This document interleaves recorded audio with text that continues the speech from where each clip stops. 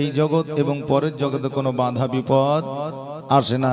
বেরাদার, আমরা যারা বর্তমানে এখন কোয়ালিফাইড পারসন মানুষ, তারা হয়তো আমরা অনেকেই বলতে পারি যে ইমাম হাসান ও হোসাইন রাদিয়াল্লাহু তাআলা আনহুর যে জীবনী আমরা শ্রবণ করলাম, যে জীবনী আমরা শুনলাম, তাতে তো শুধুই মনে হচ্ছে যে তাদেরই শুধু বিপদ।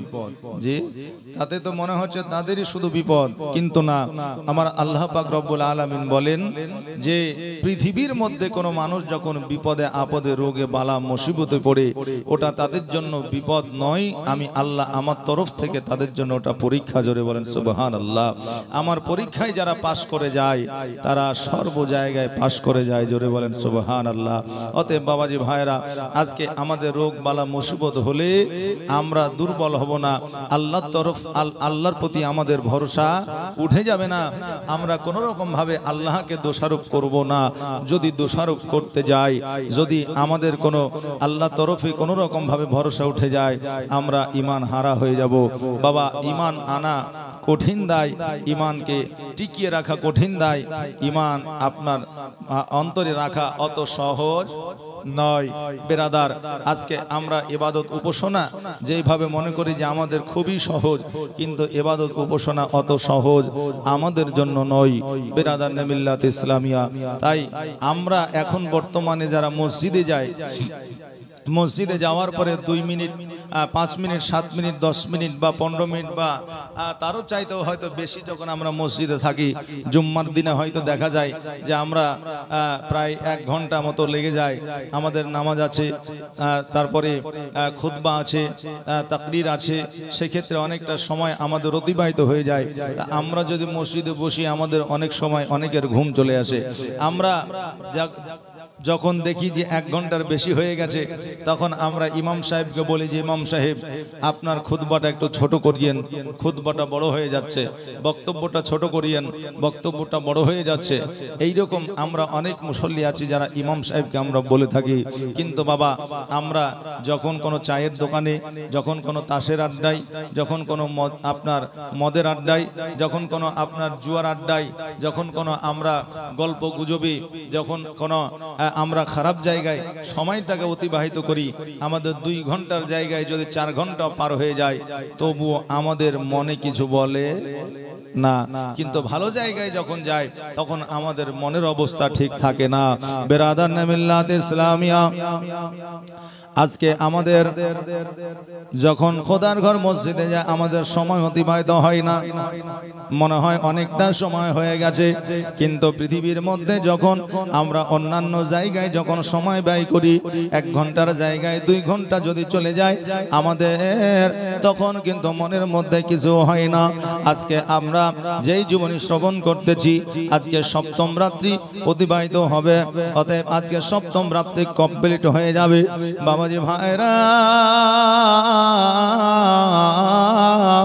যারা এই জায়গায় ধৈর্য অবলম্বন করে বসলো, যারা এই জায়গায় শেষ পর্যন্ত যারা আসলো, আল্লাহ তাবারাক তাআলা হয়তো এই রাত্রির বাদৌলাতে কিয়ামতের দিন ওই বান্দা বান্দিকে আমার আল্লাহ তাবারাক তাআলা জান্নাতবাসী করবে। জোরে বলেন সুবহানাল্লাহ। একটা রাত্রি যদি আল্লাহর দরবারে কবুল হয়ে যায়, বেরাদার, আমাদের ইবাদত আল্লাহ তাবারাক তাআলার ইবাদত আমাদের জন্য অত সহজ নয়। আমার হযরতে আলী রাদিয়াল্লাহু তাআলা আনহু যখন নামাজে দাঁড়া যাইতেন, তত্তর করে আপনার কাঁপতে থাকতেন, গা দিয়ে ঘাম ঝরে যেত। সাহাবীরা জিজ্ঞাসা করলেন, ও আলী শোনো গো, আজকে তুমি যখন নামাজে দাঁড়ায় যাও, তোমার গা থেকে ঝরঝর করে যখন ঘাম ঝরে, এর কারণটা কি আমরা তো বুঝলাম না। আমার হযরতে আলী রাদিয়াল্লাহু তাআলা আনহু বললেন, এই আমার নবীজির সাহাবীরা, আজকে আমি আলী রাদিয়াল্লাহু তাআলা আনহু যখন আমি নামাজে দাঁড়ায় যাই, আমি আল্লাহ পাক রব্বুল আলামিনের দরবারে নিজেকে আত্মসমর্পণ করে দিই। নামাজ শব্দের অর্থ হলো আত্মসমর্পণ করা। আমি যখন আল্লাহর দরবারে নিজেকে আত্মসমর্পণ করে দিই, আমার মনে হয় আমি পুলসিরাতের উপরে দাঁড়ায় আছি, না জানি কখন ডান দিকে পড়ে যাব, বাম দিকে পড়ে যাব। ডান দিকে যদি পড়ে যায় যায়, সাপ বিচ্ছু আছে, বাম দিকে যদি পড়ে যায় কাঁটা খোঁচ আছে, অতএব আমার শরীরটা ক্ষত বিক্ষত হয়ে যাবে। আমি এই ভয়ে থরথর করে কাঁপতে থাকি আর আমার শরীর দিয়ে ঘাম ঝরতে থাকে। জোরে বলেন সুবহানাল্লাহ। বেরাদার, আজকে জগতের মধ্যে আমার হযরতে আলী রাদিয়াল্লাহু তাআলা আনহু জান্নাতের সার্টিফিকেট পেয়েছিলেন। আজকে জান্নাতের সার্টিফিকেট পাওয়ার পরেও নামাজে দাঁড়ায় গেলে আপনার পুলসিরাতের ভয়ে আমার হযরতে আলী রাদিয়াল্লাহু তাআলা আনহু যেন থরথর করে কাঁপতে থাকে।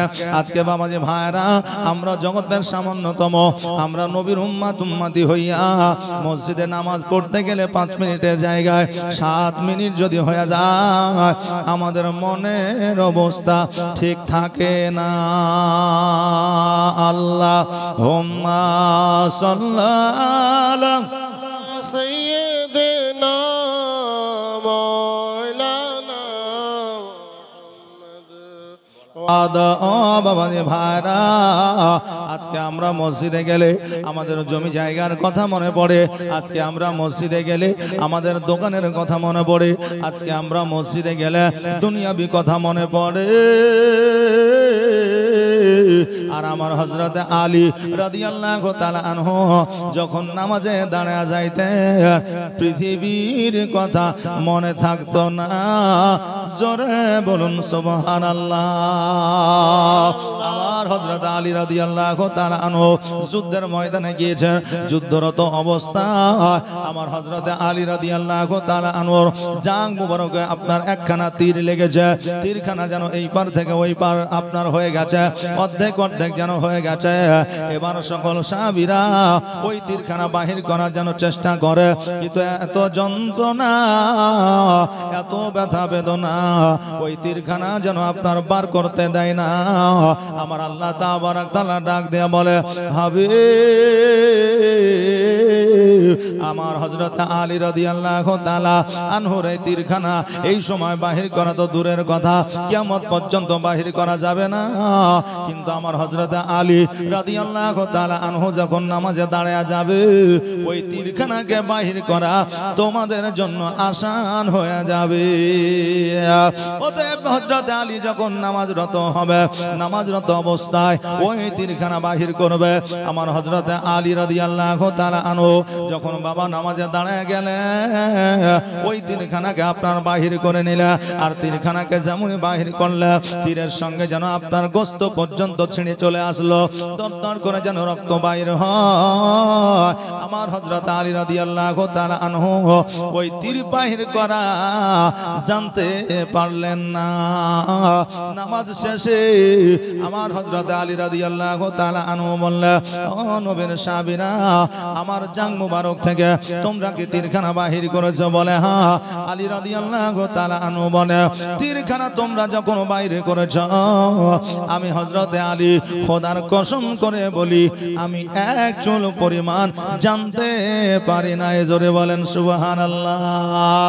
আমার হযরত আলী রাদিয়াল্লাহু তাআলা আনহু নামাজরত অবস্থা কত গভীর মন নিয়ে আপনার নামাজ পড়তে, আর আজকে আমরা বর্তমানে কত গভীর ভাবে নামাজ আদায় করি। ইমাম সাহেব আসরের নামাজ পড়াচ্ছে, নামাজ কমপ্লিট করার পরে সালাম ফিরিয়েছে। এখন একজন মুসল্লি বলতেছে, ইমাম সাহেব নামাজ তো 3 রেকাত হয়েছে। আরো মুসল্লিরা বলছে না 4 রেকাতই তো হয়েছে। ইমাম সাহেবও বলছে না 4 রেকাতই হয়েছে। বলছে না 3 রেকাত হয়েছে। বলে 3 রেকাত হয়েছে তুমি কেমন করে বুঝলা? কারণ সবাই বলছে 4 রেকাত আর তুমি বলছো 3 রেকাত। বলছে খেপা কোথাকার, আমার 4টা বেটা, আর ওই 4টা বেটাকে 4টা দোকান করে দিয়েছি, আর আমি সারা দিনের পরে এই আসরের নামাজটা যখন পড়ি তো একাত রেকাতে এক একটা বেটার দোকানের হিসাব করি। আজকে 3টা দোকানের হিসাব হয়েছে, একটা দোকানের হিসাব হয়নি। তার মানে আমি বুঝে গিয়েছি যে 1 রেকাত নামাজ হয়নি। তার মানে 1 রেকাত নামাজ বাকি থেকে গেছে, 1 রেকাত নামাজ হয়নি। আজকে বর্তমানে আমাদের নামাজের অবস্থা এইরকম। নামাজে দাঁড়ায় গেলে ইমাম সাহেবের সূরা আমরা শোনা তো দূরের কথা, আমরা এই নিয়াত করে শুনি কোন জায়গায় ভুল পড়ছে। ইমাম সাহেবের সূরা আমরা শ্রবণ করবো নাকি বাবা, কিন্তু আমাদের ওই উদ্দেশ্যে সূরাটা আমরা শ্রবণ করি না। কোন জায়গায় ভুল পড়ছে এটা শোনার জন্য আমরা শুনি, আর ভুল পাইলে ওই ইমামকে আমরা বলবো এই জায়গায় ভুল হয়েছে, আমি নিজে বড় হয়ে যাব। আজকে সাধারণ মানুষ আলেমের চাইতে অনেক হাদিস বলা আছে না নাই? জি আছে। এখন মসজিদ মাদ্রাসায় যতটা হাদিস না পাবেন, চায়ের দোকানে তার চাইতে বেশি পাবেন। হ্যাঁ, চায়ের দোকানে তার চাইতে বেশি পাবেন বাবজি ভাইরা। কারণ এই সম্পর্কে চায়ের দোকানে বেশি আলোচনা হয়। চারখানা বাংলা বুখারী শরীফ নিয়ে এসে পড়েছে, আর পড়ার পরে বলছে আমরা কি মৌলবি চাইতে কম জানি নাকি রে? বলে কি বলে না? হ্যাঁ, যে আমরা কি মৌলবি চাইতে কম জানি নাকি রে? আচ্ছা বলে, এখন ও ইঞ্জিনিয়ারিং কেতাব পড়ার পরে ও যদি ডাক্তারি করতে যায় পারবে? পারবে যে? এখন থিওলজি পড়ার পরে ও যদি ইঞ্জিনিয়ার করতে যায় পারবে? এডুকেশন করার পরে ও যদি ভূগোলের শিক্ষক হতে যায় পারবে? পারবে না। এক একটা সাবজেক্ট পড়ার পরে যেমন এক একটা ডিপার্টমেন্ট থাকে, ওই সাবজেক্ট না পড়লে সেই ডিপার্টমেন্টে যোগদান করতে পারবে না। অনুরূপ বাবারে ভাইরা, আজকে চারখানা বাংলা কিতাব পড়ে আলেম হওয়া যায় না। 12 বছর মাদ্রাসায় পড়ার পরে যোগ্যতম একজন আলেম হওয়া যায়। চারখানা বাংলা কিতাব পড়লে আলেম হওয়া যায় না। আজকে বড় বড় মুফতি কেরামগণ, বড় বড় আলেমগণ এখনো পর্যন্ত মশলা মাসাইল বলতে গেলে ইতস্তত বোধ মনে করে যে আমি এই মশলাটা বলবো, আগে আমি একটু দেখে নি, একটু রিভাইজ করে নি, ঠিক আছে না বেঠিক আছে। আর এখন সাধারণ মানুষ বুঝলেন মোবাইলে শুনে নিচ্ছে, আর শুনে নেওয়ার পরে যাই মৌলবীর কাছে কি যাবি রে, আমার কাছে আমি বলে দিচ্ছি। যাওয়ার দরকার না, আমার কাছে বলে দিচ্ছি, বুঝলেন? এখন সাধারণ মানুষ আপনার মসলা মাসাইল মালিক হয়ে গেছে। হযরতে ওমর ফারুক রাদিয়াল্লাহু তাআলা আনহু বলে গিয়েছে, যখন সাধারণ মানুষ যে আলিফ বা তাসা পড়তে পারে না, যে ওয়া আ ক খ পড়তে পারে না, যে এ বি সি ডি পড়তে পারে না, ওই মানুষটা যখন শরীয়তের, ওই মানুষটা যখন ইসলামের মসলা মাসাইল দেবে, জেনে নিবে ওইটা কিয়ামতের আলামত। জোরে বলেন সুবহানাল্লাহ। ও বাবা যে ভাই আমার মায়েরা, আগামী কালকে ইমামে মুসলিম রাদিয়াল্লাহু তাআলা আনহু 2 সন্তান ইব্রাহিম আর মুহাম্মদের ঘটনা বলতে গিয়ে সমাপ্ত ঘটিয়েছিলাম। আজকে পুনরায় ওই জায়গা থেকে চালু হবে, আরম্ভ হবে ইনশাআল্লাহ। বেরাদার,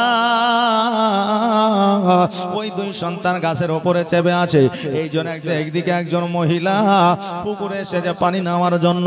এবার পানি যখন উঠাতে যাইছে, দেখছে যেন পানির মধ্যে 2টা নুরানিময় চেহারাওয়ালা সন্তান, কচি বাচ্চার চেহারা যেন দেখা যায়। এবার যখন গাছের উপরে তাকায় দেখে, দেখছে যেন টুকটুক করে 2টা সন্তান যেন নুরানি চেহারা নিয়ে আপনার বসে আছে।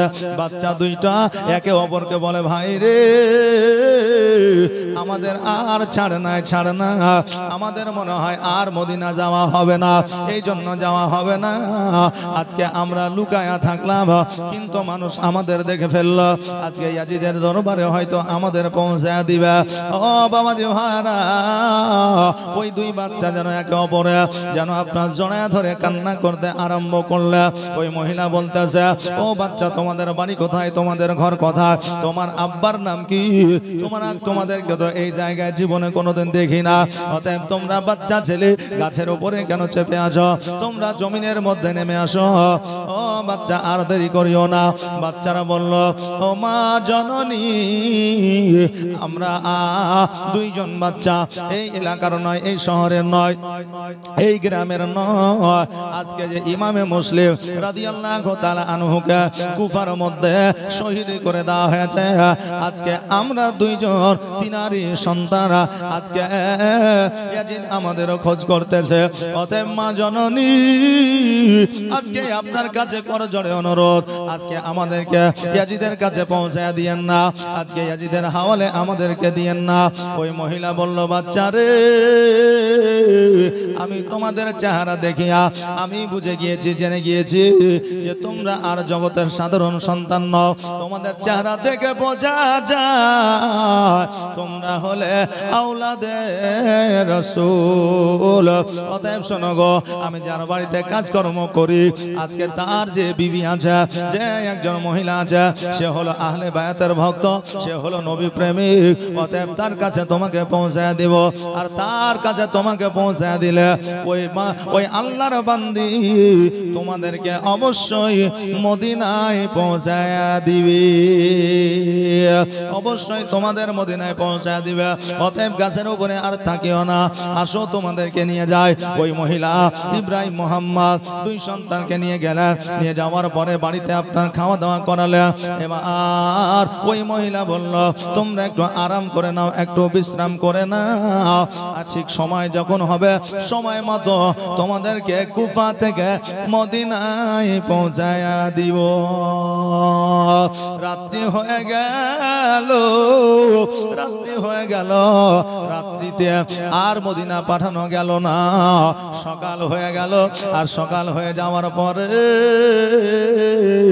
ওই মহিলার স্বামী হারিস কিন্তু জানতে পারলো যে ইমাম মুসলিমের দুই সন্তান আমার বাড়িতে আছে। ওই সন্তান দুইটাকে যখন আপনার দেখতে পাইলো, এবার দেখতে পাওয়ার পরে ওই দুই সন্তানের চুলের মুষ্টি ধরে যেন বাহির করে নিয়ে আসলো। মহিলা বলল, স্বামী গো, আজকে এই দুই সন্তান হলো আওলাদে রাসূল, অতএব এই দুই সন্তানকে আপনি মারিয়েন না, এই দুই সন্তানকে যেন ইয়াজিদের দরবারে দিয়েন না। আপনার আর কোন রকম ভাবে কথাবার্তা যেন শুনলো না। ওই তার বিবিকে আঘাত করিয়া বাচ্চা দুটোকে যেন আপনার চুলগুলোকে টেনে আপনার ধরে ধরে ইয়াজিদের দরবারের দিকে নিয়ে যেতে লাগলো। এবার সে আল্লাহর বান্দা মনে মনে ভাবতে লাগলো, হায় রে, আজকে এই দুই সন্তানকে ইয়াজিদের দরবারে হাজির না করিয়া আজকে যদি এদের মাথা দুটো হাজির করে দিই, ইয়াজিদ হয়তো বেশি খুশি হয়ে যাবে। আজকে নদীর কিনারায় নিয়ে গিয়া দুই বাচ্চাকে দাঁড় করে দিয়া এবার বলছে, কে আগে প্রাণ দিবা বলো। দুই ভাইয়ের মধ্যে বড় ভাই বলছে, আমার গলাটা আগে কাটো। ছোট ভাই বলছে, আমার গলাটা আগে কাটো। বলে, কে আগে আসবা আমরা জানি না, তবে যে কেউ একজন আগে আসো। এবার ছোট ভাই বলে, শোনো গো, আজকে আমার গলাটা আগে কাটো, কারণ আমার বড় ভাইয়ের গলাটা কাটলে আমি সহ্য করতে পারবো না। বড় ভাই বলে, আমার গলাটা আগে কাটো, কারণ ছোট ভাইয়ের গলাটা কাটলে আমি সহ্য করতে পারবো না, অতএব আমার আগে গলাটা কাটো। চিন্তা করে তোমাদের কথা আমার কোনো শুনে লাভ না। এই বলে বাবা তালওয়ারটাকে আপনার লম্বা করে আকাশের দিকে নিয়ে গিয়ে এক তালওয়ার যখন দিয়েছে, একই তালওয়ারে বাচ্চা ওই কচি কচি সন্তানের দুটা গলা একসঙ্গে যেন কেটে গিয়েছে। যেমনই কেটে যাওয়া মাথা দুটোকে আপনার হাতে নিয়েছে, আর ধর দুটোকে আপনার নদীতে আপনার ফেলায় দিয়েছে। দুই ভাই একে অপরে জড়ায়া ধরে নিয়েছে, আর তারা যেন বলতেছে, ভাই রে,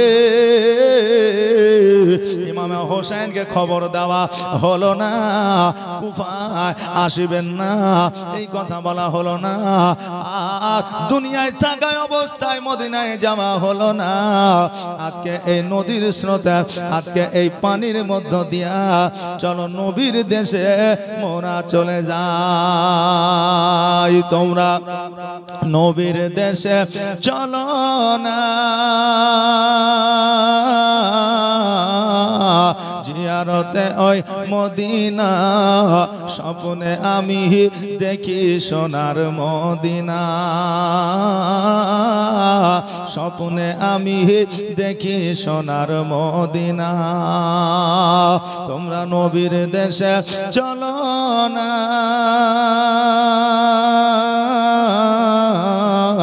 জিয়ারতে ওই মদিনা, স্বপ্নে আমি দেখি সোনার মদিনা।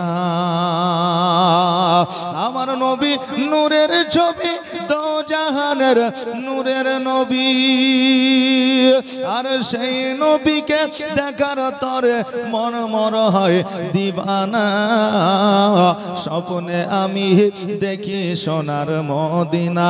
তোমরা নবীর দেশে চলো না,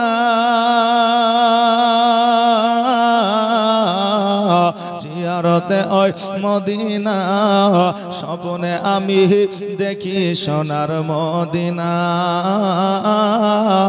স্বপ্নে আমি দেখি সোনার মদিনা।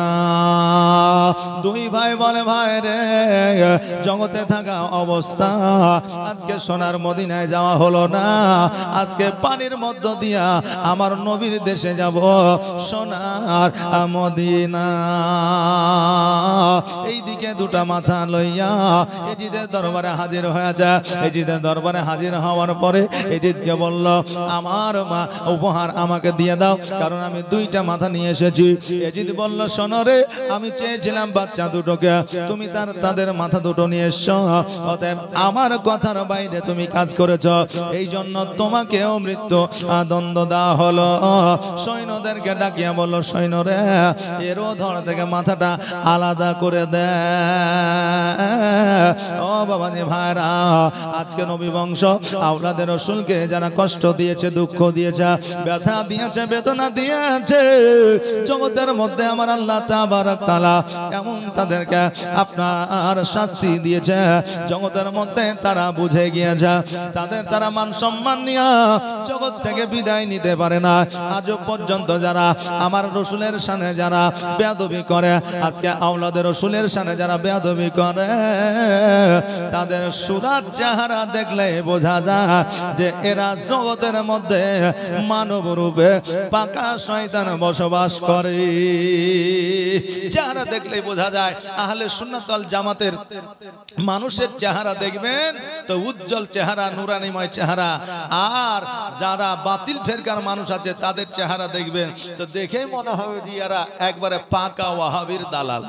মনে হয় কি হয় না? দেখলেই মনে হবে যে এরা পাকা ওয়াহাবির দালাল। অতএব মোবাইলে বলেন আর সামনে বলেন, প্রকাশ্যে বলেন, যাতেই দেখেন না কেন আপনাকে পরিচয় দিতে হবে না কে আহলে সুন্নাত ওয়াল জামাতের আর কে অন্যান্য ফেরকার, এ পরিচয় দিতে হবে না, আপনি দেখলেই বুঝে নেবেন। নাকি বলেন? আপনি দেখলে বুঝে নেবে। ও বাবাজি ভাইরা, আমার মায়েরা, এইদিকে বেরাদা ইমাম হোসেন রাদিয়াল্লাহু তাআলা আনহুর কাছে যেন বাবা খবরটা পৌঁছায় গেল। ইমামে মুসলিম রাদিয়াল্লাহু তাআলা আনহু জগতের মধ্যে হায়াতে আর না, শহীদ করে দিয়েছে। তার যে বাচ্চা দুইটা সন্তান ছিল, ওই দুইটা সন্তান জগতের মধ্যে আপনার না, তাদেরকেও যেন শহীদ করে দেওয়া হয়। ইমাম হোসেন রাদিয়াল্লাহু তাআলা আনহু বলে আল্লাহ গো, আমি আর মদিনায় থাকতে চাই না, আমি কুফায় যেতে চাই। অনেকেই বলে ইমাম হোসেন জানতো না, এই জন্য কারবালায় এসেছিল, এই জন্য কুফাতে এসেছিল, কিন্তু না না, ইমাম হোসেন রাদিয়াল্লাহু তাআলা আনহুর কাছে খবর পৌঁছায় গিয়েছিল। হযরতে ইমাম হোসেন রাদিয়াল্লাহু তাআলা আনহু জানতে পেরেছিলেন যে ইমামে মুসলিম আর জগতের মধ্যে না। ইমাম মুসলিম রাদিয়াল্লাহু তাআলা আনহুর কথা আমার ইমাম হোসেন যখন জানতে পারলেন, দুই সন্তান ইব্রাহিম মুহাম্মাদের কথা যখন জানতে পারলেন, ইমাম হোসেন বলে আল্লাহ, আমি আর মদিনায় থাকতে চাই না, আমি কুফায় চলে যেতে চাই, কারবালার ময়দানে যেতে চাই, ইয়াজিদের সঙ্গে যুদ্ধ ঘোষণা করতে চাই। কারণ হইল আমি ইমাম হোসেন যতক্ষণ পর্যন্ত ইয়াজিদের সঙ্গে যুদ্ধ ঘোষণা না করব, যতক্ষণ পর্যন্ত কারবালার ময়দানে না যাব, ততক্ষণ পর্যন্ত আওলাদের রাসূলের প্রতি অত্যাচার বন্ধ হবে না। আমার ইমাম হোসেন রাদিয়াল্লাহু তাআলা আনহু সকল পরিবারকে লইয়া যেন বাবা কুফার দিকে রওনা হয়ে গেল। তার আগে আমার ইমাম হোসেন রাদিয়াল্লাহু তাআলা আনহু আমার নবী রওজা মুবারকে গেল, একবার শেষ দেখা আমার নানার সঙ্গে করেনি। আজকে বাবাজি ভাইরা, জগতের মধ্যে আমরা যখন এসএসসি পরীক্ষা দিতে যাই, আমাদের আত্মীয় স্বজন আপনজনদের সঙ্গে একবার সাক্ষাৎ করে যায়। আজকে যখন আমরা বিবাহ করতে যাই, তখন মসজিদ মাজারে গিয়ে একবার সাক্ষাৎ করে যায়। আজকে যখন আমরা বিদেশে কাজে কর্মতে যাই, পিতা মাতা আত্মীয় স্বজন চাচা ভাতিজা সকলের সঙ্গে একবার সাক্ষাৎ করে যায়। কেন না, মওতের কোনো গ্যারান্টি নাই, মওতের কোনো সিরিয়াল নাই, কখন কার মওত হয়ে যাবে। বাবাজি ভাইরা, জগতের মধ্যে চলাফেরা করতে গিয়ে কারোর সঙ্গে যদি কোনো অমিল থাকে, কারোর সঙ্গে যদি মনোমিলন থাকে, বেঁচে থাকা অবস্থায় সময় থাকতে একে অপরে মুলাকাত করে নে, যাতে একে অপরের মনের মধ্যে কোন রকমের যেন দ্বিধাবোধ না থাকে। ঠিক অনুরূপ ইমাম হোসাইন রাদিয়াল্লাহু তাআলা আনহু আমার নবীজি রওজা মুবারকে গেলেন, রওজা মুবারকে যাইয়া আমার হোসাইন রাদিয়াল্লাহু তাআলা আনহু সালাম দিলেন, আসসালাতু ওয়াসসালামু আলাইকা ইয়া রাসূলুল্লাহ, আসসালাতু ওয়াসসালামু আলাইকা ইয়া হাবিবাল্লাহ। নবী গো, আজকে আপনি ইমাম হোসাইনকে কারবালার ময়দানে শহীদের কথায় আপনি বলে গেছেন, ওগো নানা যা, আমি ইমাম হোসাইন যতক্ষণ পর্যন্ত কারবালায় না যাব ততক্ষণ পর্যন্ত আপনার আওলাদের প্রতি অত্যাচার বন্ধ হবে না, অতএব আমাকে কারবালাতে যাইতে হবে। নানা গো, আজকে আপনার কাছে জগতের মধ্যে আখেরি বিদায় নিয়ে নিলাম। গো দয়ার নানা জান, ও গো সারওয়ারে মদিনা, আপনার হোসাইন হয়েছে ওই কারবালায় রওয়ানা। জোরে বলেন সুবহানাল্লাহ। ও গো দয়ার নানা জান, ও গো সারওয়ারে মদিনা, আপনার হোসাইন হয়েছে ওই কারবালায় রওয়ানা। আখেরি সালাম নাও নানা, ওই ছেড়ে যায় সোনার মদিনা, ওই ছেড়ে যায় সোনার মদিনা,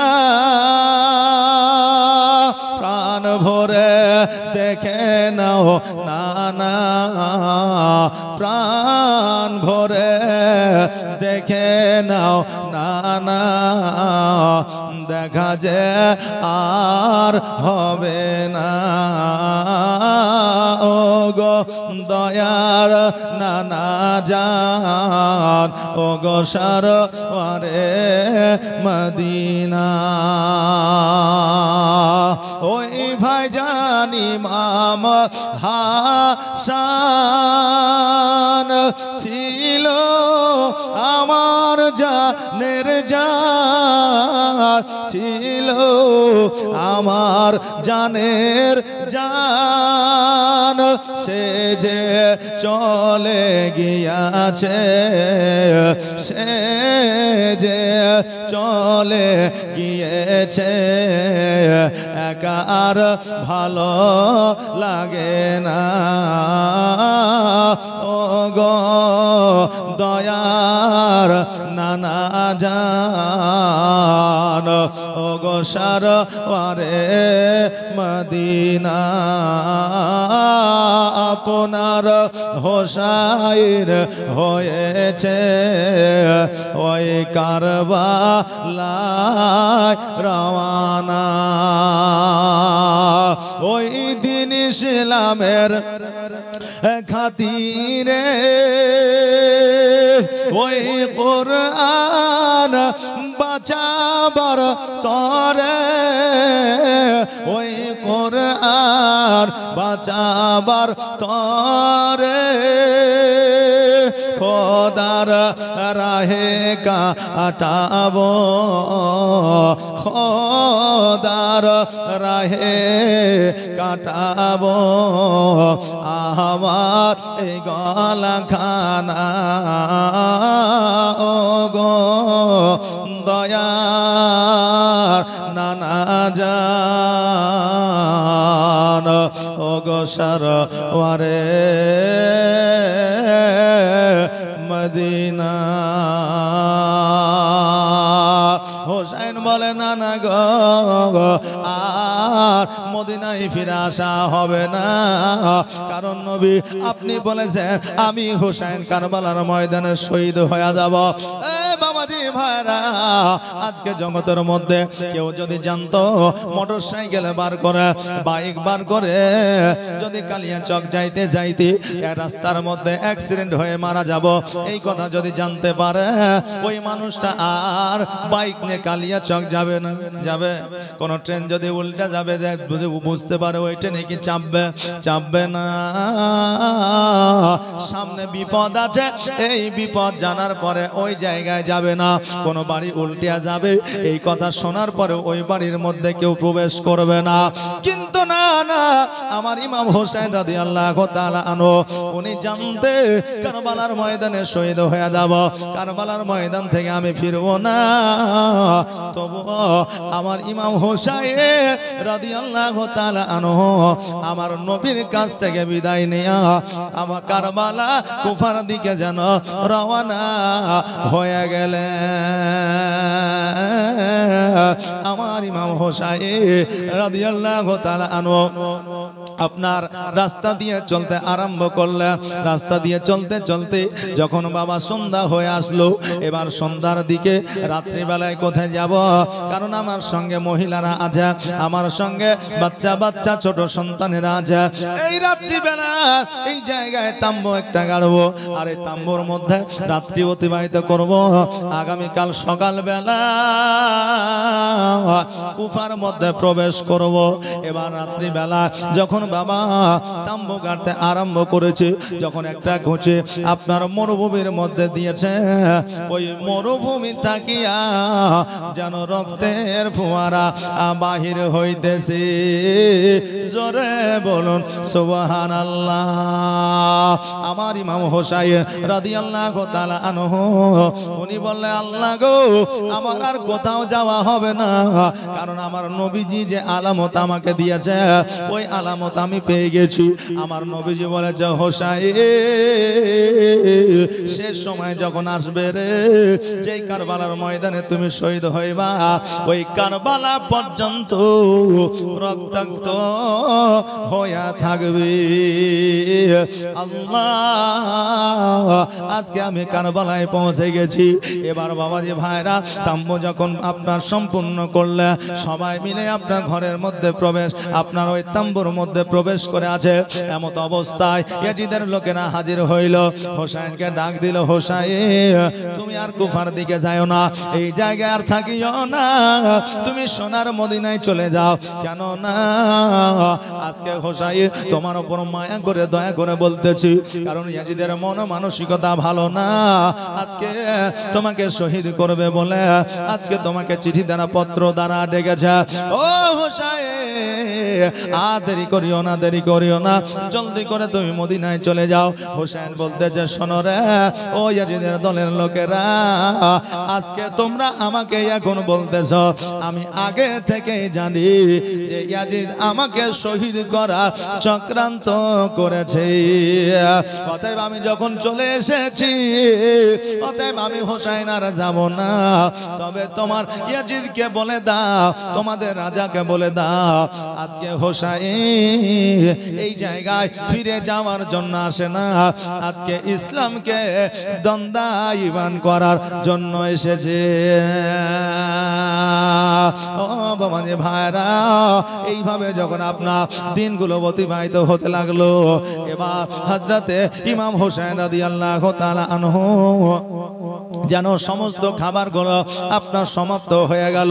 এবার বাবাজি ভাইরা, ইয়াজিদ কিন্তু যুদ্ধের ময়দানে আসে না, ইমাম হোসেনের কাছে কোন রকম যেন সৈন্য পাঠায় না, কিন্তু ইয়াজিদ কত শয়তান, আমার ইমাম হোসেন রাদিয়াল্লাহু তাআলা আনহুর জন্য, তার পরিবারের জন্য, তার আওলাদের জন্য, তার বংশের জন্য, তিনাদের জন্য পানি বন্ধ করে দেওয়া হলো। যে পানি বন্ধ করে দিলে তারা আপনি আপনি জব্দ হয়ে যাবে আর আমার কাছে এসে তারা বায়াত গ্রহণ করবে আর আমার কাছে যদি বায়াত গ্রহণ করে তাহলে আমি ইমাম হোসাইনকে ছেড়ে দিব। আচ্ছা বলেন এই ইমাম হোসাইন কি সাধারণ মানুষের মতো মানুষ নাকি? ইমাম হোসাইনের জ্ঞান বুদ্ধি কি সাধারণ মানুষের মতো? ইমাম হোসাইন রাদিয়াল্লাহু তাআলা আনহু তিনি প্রাণ বিলীন করে দিবেন, কিন্তু ইয়াজিদের হাতে হাত দিয়ে কি বায়াত গ্রহণ করবে? করবে না। ইমাম হোসাইন রাদিয়াল্লাহু তাআলা আনহু পিপাসায় কাতর হয়ে আছে, তিনার বিবি পিপাসায় কাতর হয়ে আছে, সন্তানাদি পিপাসায় কাতর হয়ে আছে, পানি দেয় না। পানি আনার জন্য ইমাম হোসেন রাদিয়াল্লাহু তাআলা আনহু যেন যায় না। হঠাৎ করে বিবি আসিয়া বলল, ওগো আমার প্রাণের স্বামী, আজকে বড় কষ্ট হয়, দুঃখ হয়। ইমাম হোসেন বলল, বিবি রে কেন বড় কষ্ট হয়, দুঃখ হয়? বলে, স্বামী গো, আজকে আমার জন্য কষ্ট হয় না, আজকে আপনার জন্য কষ্ট হয় না, আজকে অন্যান্য সন্তানের জন্য কষ্ট হয় না, আজকে আমার কোলে যে 6 মাসের শিশু আলী আসগার আছে, ওই আলী আসগারের জন্য মায়া হয়, দয়া হয়। ওই প্রাণের স্বামী, ওই আলী আসগার পানির জন্য কাতর হয়ে আছে। আজকে দুগ্ধ না, কারণ পানি পান করি না, আলী আসগার দুগ্ধ পান করতে পারে না। আজকে জিহ্বার মধ্যে কোনো আপনার রস নাই যে জিহ্বা পর্যন্ত নিজের সন্তানকে নিজের সন্তানের মুখে দেব, তার মুখে পানি আসবে, এতটুকু পর্যন্ত না। তবে হুজুর গো, আমার জন্য পানি চাই না, আমার অন্য কারোর জন্য পানি চাই না, এই শিশু সন্তানটার জন্য যদি একটু পানি দিতে আমি বড় খুশি হইতাম। ইমাম হোসেন রাদিয়াল্লাহু তাআলা আনহু বললেন, ও বিবি শোনো রে, পরিস্থিতি অবস্থা তুমি ভালো করে জানো, তবে শোনো রে বিবি, আজকে আমি পানি আনতে যাব, তবে আমার বেটা আলী আসগারকে আমার কোলে উঠে দাও, আজকে ইয়াজিদের সৈন্যদের কাছে পানি চেয়ে আনবো। আজকে আমার জন্য যদি পানি না দেয়, আজকে এই বাচ্চাটাকে দেখে হয়তো তাদের জানে মায়া হবে, দয়া হবে, একটু পানি দেবে। আমার জন্য পানি চাইবো না, এই বাচ্চাটার জন্য চাইবো, হয়তো দয়া করে তারা পানি দিয়ে দেবে, এই জন্য বাচ্চাটাকে সঙ্গে করে নিয়ে যাব। এবার ইমাম হোসেন রাদিয়াল্লাহু তাআলা আনহু একটা চাদরে মুড়ি দিয়া আপনার আলী আসগারকে যেন পিঠের মধ্যে বেঁধে নিয়া ঘোড়ার পিঠে দুলদুলের পিঠে যেন আপনার চেপে গেলেন। চেপে যাওয়ার পরে আপনার নদীর ধারে গেলেন, যাওয়ার পরে সৈন্যরা দেখছে যেন পুরো পানিটা পুরো নদীটা যেন সৈন্যরা ঘেরাও করে আছে। ইমাম হোসেন রাদিয়াল্লাহু তাআলা আনহু ডাক দিয়ে বলে, আরে সৈন্যরা, আজকে আমার জন্য পানি নেওয়ার জন্য আসি নাই, আজকে আমার বিবির জন্য পানি নেওয়ার জন্য আসি না, আজকে আমার কচি বাচ্চা ছোট্ট সন্তান আলী আসগার 6 মাসের সন্তান, এই সন্তানের জন্য পানি নেওয়ার জন্য এসেছি, একটু তোমরা দয়া করে পানি দাও। সৈন্যরা বলল, আমাদের রাজার হুকুম আছে, পানি দেওয়া যাবে না যতক্ষণ পর্যন্ত আমাদের রাজার হাতে হাত দিয়া বায়াত গ্রহণ না করবা, আমাদের রাজার কথা মতো যতক্ষণ পর্যন্ত না চলবা, ততক্ষণ পর্যন্ত তোমাকে পানি দেওয়া হবে না। হোসেন বলল, শোনো রে, আজকে পানি দেওয়ার না দাও, কিন্তু আমি ইয়াজিদের হাতে হাত রাখবো না। তবে আমি হোসেন কথা দিতেছি, আজকে যদি তোমরা সহজে পানি না দাও, আমি ইমাম হোসেন যদি চাই, আমি সমস্ত নদীর পানি উঠায় নিয়ে যেতে পারি। ইমাম হোসেন পারে কি পারে না?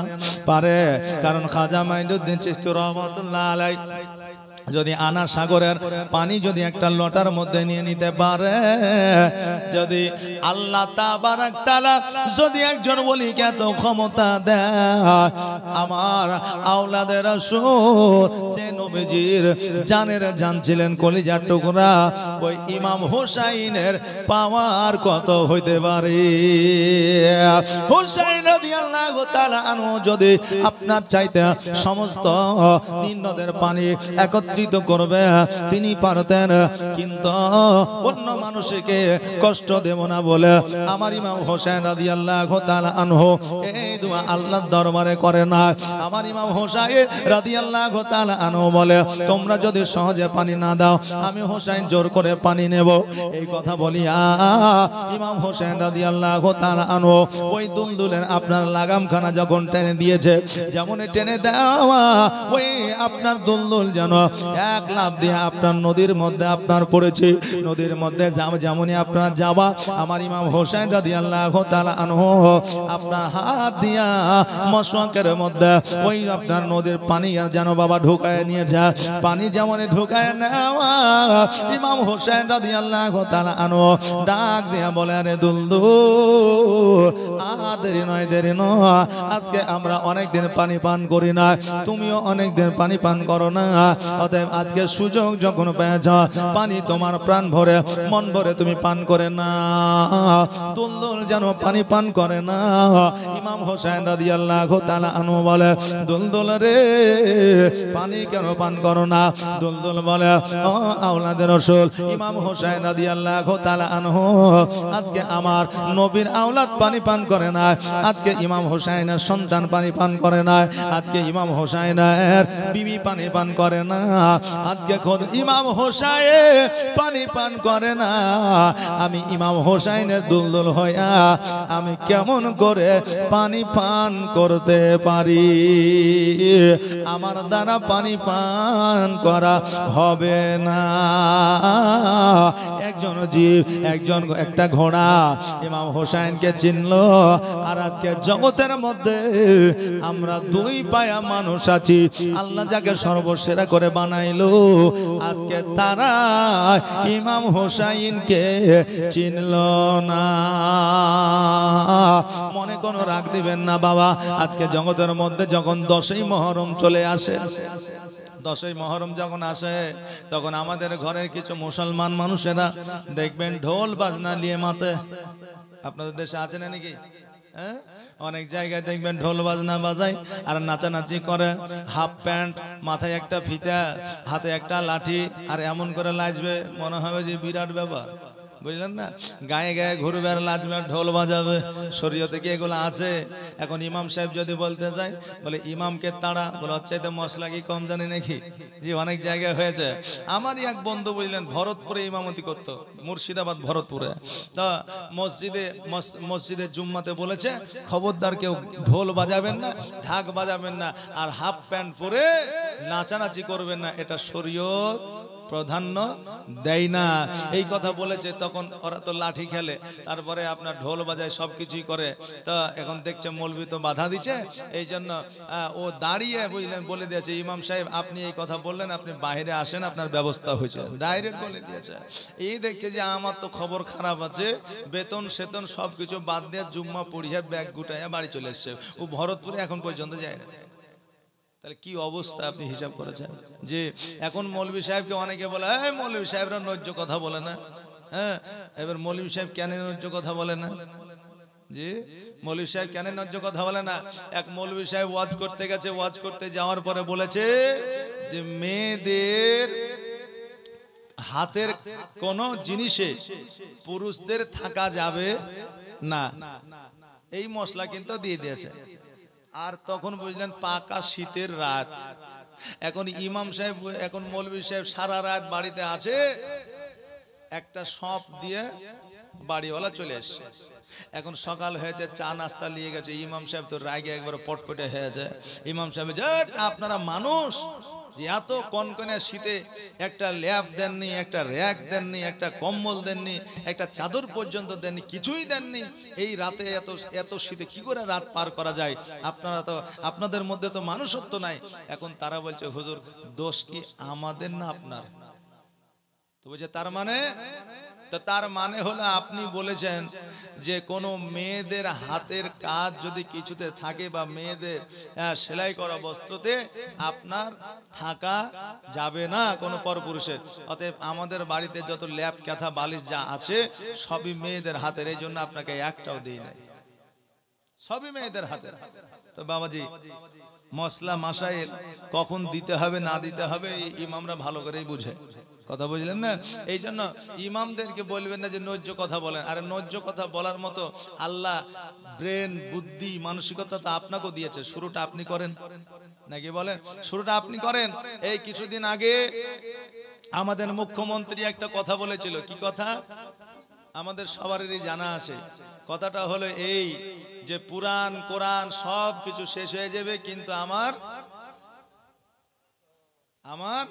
যে উন্নতি সেটা শেষ হবে না, সমাপ্ত হবে না। এই কথা বলেছিল। তো এই কথা যখন বলেছিল তখন কিছু মানুষ এখন ইমাম সাহেবকে বলছে যে হ্যাঁ আপনারা মৌলবি হয়ে আপনারা এর প্রতিবাদ করছেন না, এর প্রতিবাদ কেন করছেন না, প্রতিবাদ করেন।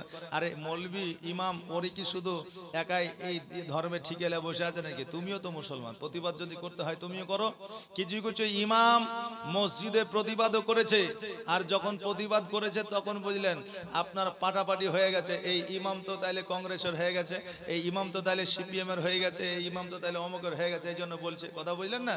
এইরকম একটা অবস্থা তৈরি হয়ে গেছে। এই জন্য এখন বর্তমানে ইমামরা সহজে যে একটা মানুষের কথার প্রতিবাদ করবে, একটা মুসল্লিকে যে একটা কথা বলবে, একটা আদেশ করবে, সেই রকম সুযোগ সুবিধা এখন ইমামদের কাছে নাই বাবজি ভাইরা। এই জন্য এখন ওই ইমামকে শুধু বলতে যান না যে হক কথা বলেন। আরে হক কথা তো আপনাকেও বলার জন্য বলেছে, আপনিও হক কথা বলেন নাকি বলেন? বাবজি ভাইরা যেটা বলছিলাম, আজকে জগতের মধ্যে দুই পায়া মানুষ আল্লাহ তৈরি করেছে, ব্রেন দিয়ে, বুদ্ধি দিয়ে, সব কিছু দিয়ে সর্বসেরা করে তৈরি করেছে। আজকে এই মানুষ ইমাম হোসেন রাদিয়াল্লাহু তাআলা আনহুকে চিনল না, কিন্তু ইমাম হোসেন রাদিয়াল্লাহু তাআলা আনহুর যেই দুলদুল ছিল, যেই ঘোড়া ছিল, ওই ঘোড়াতে আমার ইমাম হোসেন রাদিয়াল্লাহু তাআলা আনহুকে চিনল। জোরে বলেন সুবহানাল্লাহ। হোসেন রাদিয়াল্লাহু তাআলা আনহু বলে, এ দুলদুল, তুমি যখন আর পানি পান করবে না, অতএব দেরি করা যাবে না, জলদি করে চলো, নইলে সৈন্যরা ঘেরাও করে নিবে। আর সৈন্যরা যদি ঘেরাও করে না, বের হওয়া যাবে না। এই বলে আবার ঘোড়ার লাগামখানা যখন টান দিয়েছে, লাগামখানা টান দেওয়ার পরে সমস্ত সৈন্যর মধ্য দিয়া এমন একটা দ্রুত বেগে ছুটতে আরম্ভ করেছে, এমন একটা দ্রুত বেগে টান দিয়েছে, সকল সৈন্যর বাহিরের মধ্য থেকে যেন বাইরে হয়ে গেছে। এই দিকে একজন যে আপনার সবচাইতে নিশানা বেশি, একজন তীর খা, তাকে ডেকে বলল, শোনো রে, আজকে তুমি তীরের নিশানা বানা, আর ওই তীরখানা ইমাম হোসেনের দিকে ছুড়ে দাও। ইমাম হোসেনের দিকে যখন ছুড়বে, তীরখানা যেন ইমাম হোসেনকে না লাগে, ওই তীরখানা যেন তার সন্তান আলী আসগারের বুকে লাগে। ওই তীরখা বলল, শোনো গো আমাদের রাজা, ওই আমাদের বাদশাহ, আজকে ওই বাচ্চাটা তো কোনো দোষ করে না, আজকে ইমাম হোসেন রাদিয়াল্লাহু তাআলা আনহুর সঙ্গে আপনার দুশমনি, তীর যদি মারতে হয় ওই ইমাম হোসেনকে মারে, কিন্তু বাচ্চাটাকে কেন মারবে? ইয়াজিদ বলল, শোনো রে, আমি যেটা জানি বুঝি, তুমি সেটা বোঝো না। ও তীরখা, আজকে ইমাম হোসেনকে মারলে ইমাম হোসেন ব্যথায় ব্যথিত হবে, একটু কাতর হবে, কিন্তু তাকে দুর্বল করা যাবে না। কিন্তু তার সন্তানকে যদি তীর মারা হয়, ইমাম হোসেন রাদিয়াল্লাহু তাআলা পুরোপুরি ভাবে দুর্বল হয়ে যাবে। অতএব ইমাম হোসেনকে তীর না মারিয়া ওই ইমাম হোসেনের সন্তান আলী আসগার যে পিঠের মধ্যে আছে, তার কলিজায় তীরখানা আমারও। এবার রাজা যে হুকুম দিবে, যে আপনার রাজা যে আদেশ দিবে, সেই আদেশ, সেই হুকুম তাকে মানতে হবে। এবার ওই তীরখা তীর বের করে ওই তীরখানাকে নিশানা করে হযরতে আলী আসগারের দিকে যেন তীরখানা আপনার ছুঁড়ে দিলাম, আর ওই তীরখানা আলী আসগারের কলিজায় যেন লেগে গেল। আলী আসগার ডাক দেয়, আব্বা, ও আব্বা গো, আজকে এত কষ্ট করে যে পানি নিয়ে আসলেন, এত কষ্ট করে যে পানি নিয়ে যাচ্ছে, আমার আর পানি পান করা হবে না, আমি আর পানি পান করব না, আমি একবারে পানি পান করব হাউজে কাউসারে। জোরে বলেন সুবহানাল্লাহ। এই কথা বলে আলী আসগার যেন এই জগৎ ছেড়ে পর জগৎ গমন করলেন।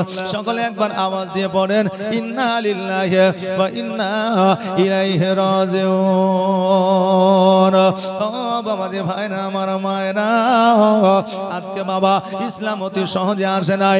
আজকে ইসলাম কত আপনার সহজে আমরা পাই না, কত কষ্ট করে আজকে ইসলাম এসেছে। এই ইতিহাস যদি আমরা জানতে যাই, এই ইতিহাস যদি আমরা বুঝতে যাই ও বেরাদার, তাহলে আমাদের অন্তরটা কেঁপে যাবে। এই ইতিহাস যদি আমরা মানসিকতার দিক থেকে যদি অন্তর দিয়ে যদি এই ইতিহাস যদি আমরা পড়ি, এই ইতিহাস যদি আমরা শুনি, তাহলে আমাদের অন্তর পর্যন্ত কাঁদবে। আমার ইমাম হোসাইন রাদিয়াল্লাহু তাআলা আনহু বিবির কাছে আসলেন। আসার পরে বিবি বলছে, স্বামী গো পানি কি নিয়ে আসছেন? ইমাম হোসাইন বলছে, পানি নিয়ে এসেছি। তবে বিবি রে, এই পানি যে পান করবে সে আর জগতের মধ্যে না। ও বিবি শোনো, আজকে আমার সন্তান পানির জন্য আর পানি করবে না। আমার সন্তান আজ তোমাকে ডিস্টার্ব করবে না, আমার সন্তান তোমাকে আর বিরক্ত করবে না।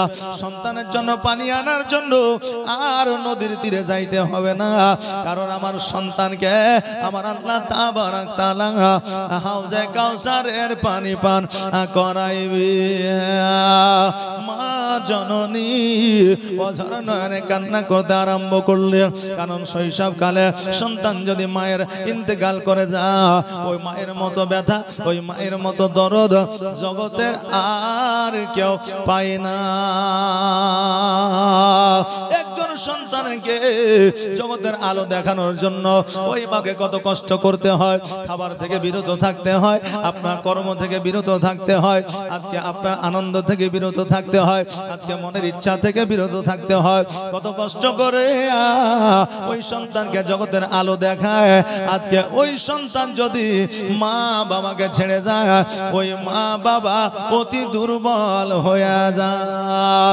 ইমাম হোসেন রাদিয়াল্লাহু তাআলা আনহু উনি বলছে, বিবি রে আর দেরি নয়, আমি হোসাইন কারবালায় যাইতে চাই। আমার ইমাম হোসাইন রাদিয়াল্লাহু তাআলা আনহু বললেন, ও বিবি আর দেরি নয়, দাও দাও দাও আমার শেরে খোদা আলী রাদিয়াল্লাহু তাআলা আনহু আমার আব্বা জানের তলোয়ার খানা দাও, আমার ভাইয়ের ঢাল খানা দাও, আর আমার নানাজির পাগড়ি মুবারক খানা দাও। ইতিমধ্যে একজন মহিলা এসে হাজির হইল। মহিলা আসার পরে বলতেছে, ও আওলাদের রাসূল ইমামে হোসাইন, শোনো গো, আজকে আমি হলাম নবী প্রেমিক, আমি হলাম আওলাদের রাসূল প্রেমিক। আমার বাড়িতে আমার একটা সন্তান আছে, আমার সন্তান যতক্ষণ পর্যন্ত থাকবে ততক্ষণ পর্যন্ত আপনার কারবালাতে যাওয়া লাগবে না। আর নবীর প্রেমিক থাকতে আপনি কারবালায় যাবে, এটা আমি সহ্য করতে পারবো না। ইমাম হোসেন রাদিয়াল্লাহু তাআলা আনহুকে যেন আপনার কারবালার ময়দানে যাইতে দিলেন না। এইদিকে ওই মা জননী বাড়িতে আসলেন, আসার পরে নতুন বিবাহ করা নিজের সন্তানকে ডাক দিলেন, বেটারে আর দেরি করিও না, জলদি করে আমার কাছে আসো। এবার বেটা মায়ের কাছে আসলো। ওই মায়ের সন্তানের নাম ছিল আব্দুল ওয়াহাব। ওই আব্দুল ওয়াহাব বলতেছে, মা আজকে কি বলছো বলো, আজকে বিবাহ করেছি, বিবির কাছে যাই নাই, বিবির সঙ্গে দেখা করি নাই, বিবির সঙ্গে সাক্ষাৎ করি নাই, এখনো পর্যন্ত বিবির চেহারা পর্যন্ত দেখি না। মা বলল, বেটা রে, আজকে ইমাম হোসাইন রাদিয়াল্লাহু তাআলা আনহু মুসিবতের মধ্যে আছে, আজকে কারবালার ময়দানে যা, আজকে তুমি থাকবে। ইমাম হোসেন কারবালার ময়দানে যাবে, কাল কিয়ামতের দিনে জবাব দিতে পারবে না। অতএব বেটা শোনো, আর দেরি নয়, জলদি করে একটা ঢাল নিয়ে নাও, জলদি করে তলোয়ার নিয়ে নাও, তুমি কারবালার ময়দানে চলে যাও। ওগো বেটা শোনো, তুমি যদি কারবালার ময়দানে না যাও আমি দুধের দেনা তোমাকে ক্ষমা করব না। বেটা আব্দুল ওয়াহাব বলল, মা গো এ কেমন কথা বলো মা, তোমার কথার কোনোদিন অবাধ্য হয় নাই, তোমার কথা কোনোদিন অমান্য করি নাই মা,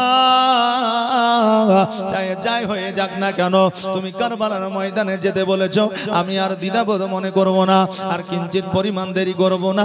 সঙ্গে সঙ্গে আব্দুল ওয়াহাব তলোয়ার খানা নিয়ে ঢালখানা নিয়ে কারবালার ময়দানে চলে গেলেন। আর কারবালার ময়দানে যাওয়ার পরে ডাক দিয়া বলে, আরে ইয়াজিদের দলেরা, ইমাম হোসেনকে তো শহীদ করার উদ্দেশ্যে তোরা পানি ঘেরাও করে বসে আছিস, আজকে আব্দুল ওয়াহাবকে আগে শহীদ কর, তারপরে ইমাম হোসেনের কাছে যাবি, এই আব্দুল ওয়াহাবের সঙ্গে আগে লড়ে যা। যেমন এই কথা বলো, ইয়াজিদ বলল, যাও যাও যাও, এর মনে যখন এত সাধ এত শখ, তবে এর সঙ্গে যুদ্ধ আরম্ভ করে দাও। আব্দুল ওয়াহাব আপনার যুদ্ধ আরম্ভ করে দিলেন। আব্দুল ওয়াহাব যুদ্ধ করতে করতে একটা নয়, দুইটা নয়, পাঁচটা নয়, সাতটা নয়, 10টা নয়, 15টা নয়, 20টা নয়, 32টা কাফেরকে যেন আপনার কতল করে দেওয়া হলো। এবার যেন আর ভয়ে কেউ আসে না, যে সবাই তো কতল হয়ে যাচ্ছে, আমরা আর যাব না, ভয়ে যেন কেউ আসে না। অনেকক্ষণ ধরে আব্দুল ওয়াহাব দাঁড়ায় থাকলো আর বলল, তোদের কত সাহস আছে, তোদের ক্ষমতা কত আছে, আয় আমার সঙ্গে একবার লড়াই করে যা। কেউ যেন আসতে চায় না, কেউ যেন আসলো না। অনেকক্ষণ যখন দাঁড়ায় থাকলো, কেউ যখন যুদ্ধ করতে আসলো না, আব্দুল ওয়াহাব চিন্তা করলো, আমি একবার মায়ের সঙ্গে দেখা করে আসি। এবার বলল, ও ইয়াজিদের লোক শোনো রে, আজকে কেন কিয়ামত পর্যন্ত তোদের সময় থাকলো, এক এক করে তোরা আমার সঙ্গে লড়বি। আমি কথা দিলাম ইমামে হুসাইনের কাছে পৌঁছাতে তোদের দিব না, তোদের সময় দিলাম, যত খুশি আলোচনা করার করলে। এইদিকে আব্দুল ওয়াহাব বাড়িতে পৌঁছেছে, মা জননী বলতেছে, বেটা রে, আজকে কারবালার ময়দানে যুদ্ধ বাদ দিয়ে বাড়িতে এসে হাজির হয়েছে, কারণটা কি? আমি তো তোমাকে ডাকি নাই, আর আমি যতক্ষণ তোমাকে ডাকবো না ততক্ষণ পর্যন্ত তুমি বাড়িতে আসবে না। ও বেটা শোনো, আমি কারবালার ময়দানে তোমাকে যুদ্ধে জয়লাভ করতে আমি পাঠাই না, ওই যুদ্ধে তুমি শহীদ হয়ে যাবা। আর কিয়ামতের দিন আমি আল্লাহর দরবারে বলতে পারবো, আল্লাহ গো, জগতের মধ্যে আমি কিছুই করতে পারিনি, তবে একজন শহীদানের মা হতে পেরেছি। জোরে বলেন সুবহানাল্লাহ। ও বেরাদার, আজকে একজন মা নিজের সন্তানকে কারবালা শহীদ হওয়ার জন্য সন্তানকে পাঠাইয়া দেয়, ইসলামের জন্য সন্তানকে মসজিদে, সন্তানকে কারবালায় পাঠাইয়া দেয়। আর আজকে বর্তমানে আমাদের নিজের সন্তানকে আমরা মসজিদ মুক্ত মাদ্রাসায় পাঠাই না। এখন আমরা নিজের সন্তানকে মসজিদ মাদ্রাসায় পাঠাই না। এই জন্য এখন যদি বাচ্চাদের কেমন, এখন যদি ছেলেদেরকে যা জিজ্ঞাসা করা হয়, কেমন আছো, বলে আছি আর কি, আল্লাহ যেমন করে চালাইছে, বলে কি বলে না। কিন্তু যদি বলে কেউ কেমন আছো, তো কি বলতে হয়? আলহামদুলিল্লাহ ভালো আছি, জি তাই বলতে হয় তো নাকি? যদি বলে অমুক কাজটা করিও, তো কি বলবেন? ইনশাআল্লাহ। একজন পকেটে এক গাদা টাকা নিয়ে হাটে গেছে, আপনাদের এখানে গরুর হাট হয় জি, জি আমি আজকে গিয়েছিলাম আপনার গোলাপগঞ্জের ওই দিকে, তো একটা গরুর হাট দেখলাম। তো এই গরুর হাটে যাচ্ছে একজন গরু কিনতে, তো সামনে মৌলভী সাহেবের সঙ্গে দেখা, আসসালামু আলাইকুম। ওয়ালাইকুম সালাম। কোথায় যাবেন? তো বলছে গরু কিনতে। তো কটা গরু নেবেন? তো একটা নিব। তো একটা গরু নেবেন? তো বলে হ্যাঁ। তো তাহলে আজকে নিয়ে আসবেন? তো বলে হ্যাঁ নিয়ে আসবো, আজকে নিয়ে চলে আসবো। তো মৌলভী সাহেব বলছে, বলেন ইনশাআল্লাহ আজকে নিয়ে চলে আসবো। তো ও তখন বলছে মৌলভী সাহেবকে, যে ইনশাআল্লাহ কিসের জি? আরে পায়ে ক্ষমতা আছে, শরীরে বল আছে, পকেটে টাকা আছে, হাটে গরু আছে, বাড়িতে খুঁটি আছে, তো ইনশাআল্লাহ কিসের? টাকা যখন আছে গরু অবশ্যই নিয়ে আসবো।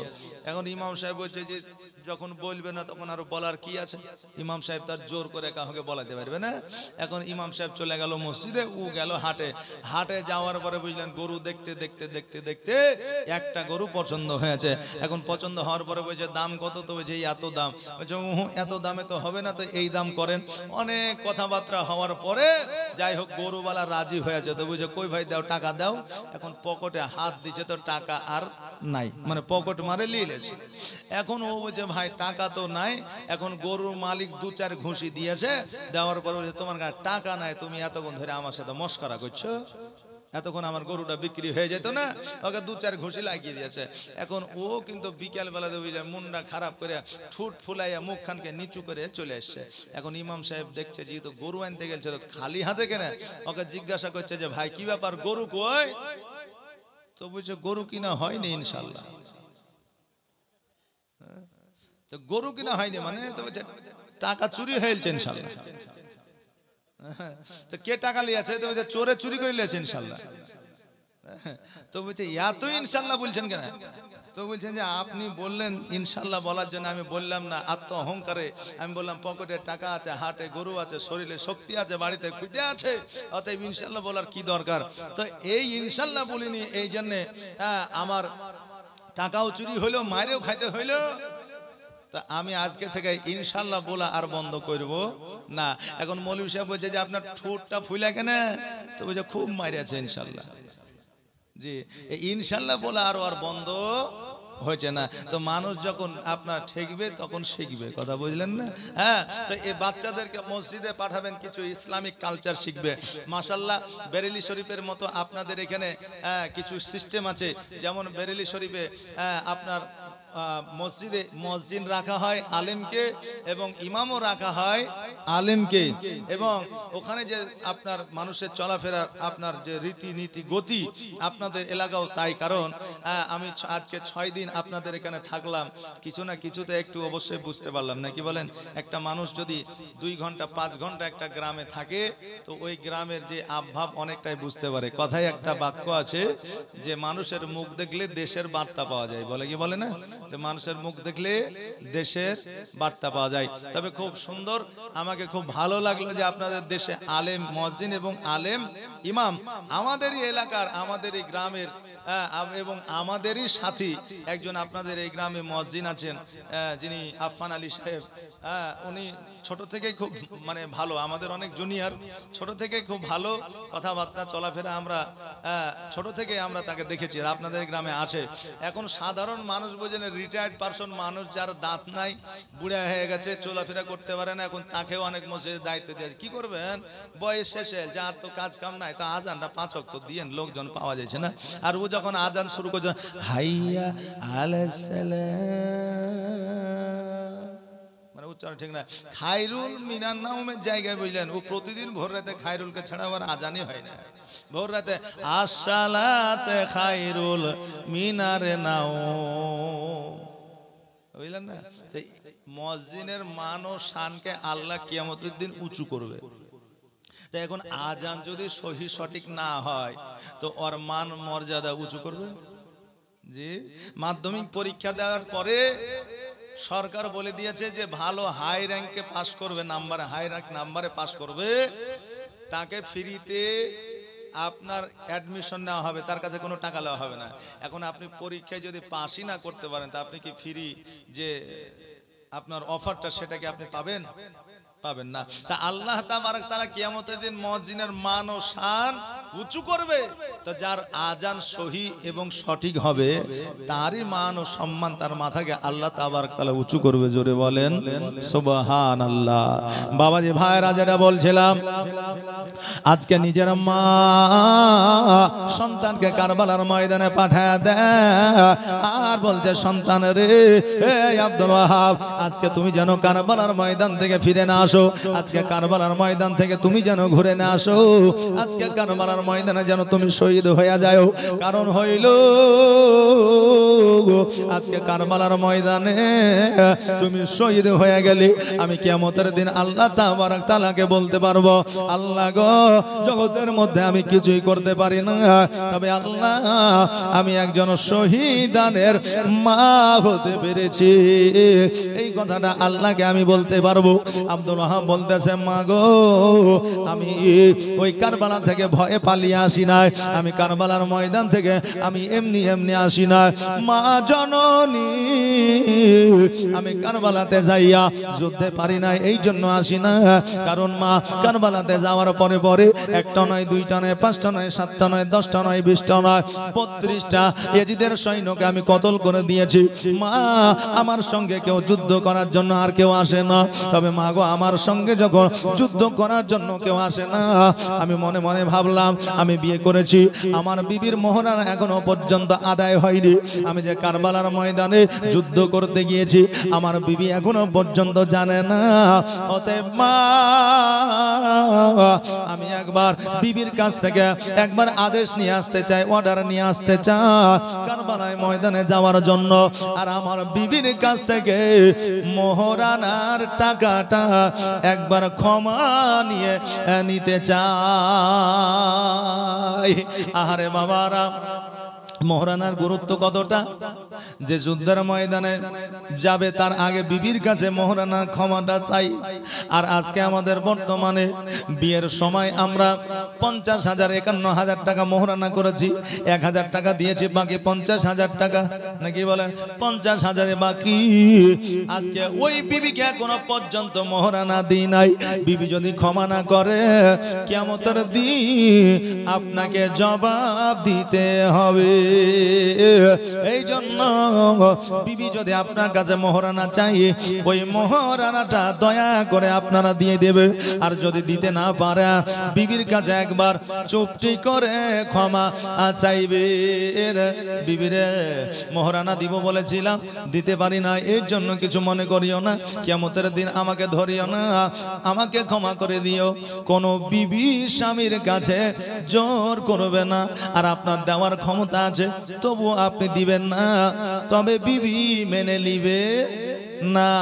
কারণ বিবি মোহরানা তো দূরের কথা, বিবির কাছ থেকে 100 টাকা ধার নিলে ওই টাকা শোধ হয় না। মোহরানা তো দূরের কথা, বিবির কাছ থেকে যদি কোনোদিন 100 টাকা লিয়া থাকেন তো ওই টাকা ধরেন কোনোদিন শোধ হবে না। বিবি, টাকা তো আমার কাছে খুচরা নাই, ফোন পেতেও নাই, তো এক কাজ কর, 100 টাকা দিয়ে বিড়ি কিনবো। স্বামী লিয়েছে, এখন তারপরে প্রতিদিন রোজগার করে আর বিবিকে 100 টাকা করে দেয় যে টাকাটা রাখো, টাকাটা রাখো।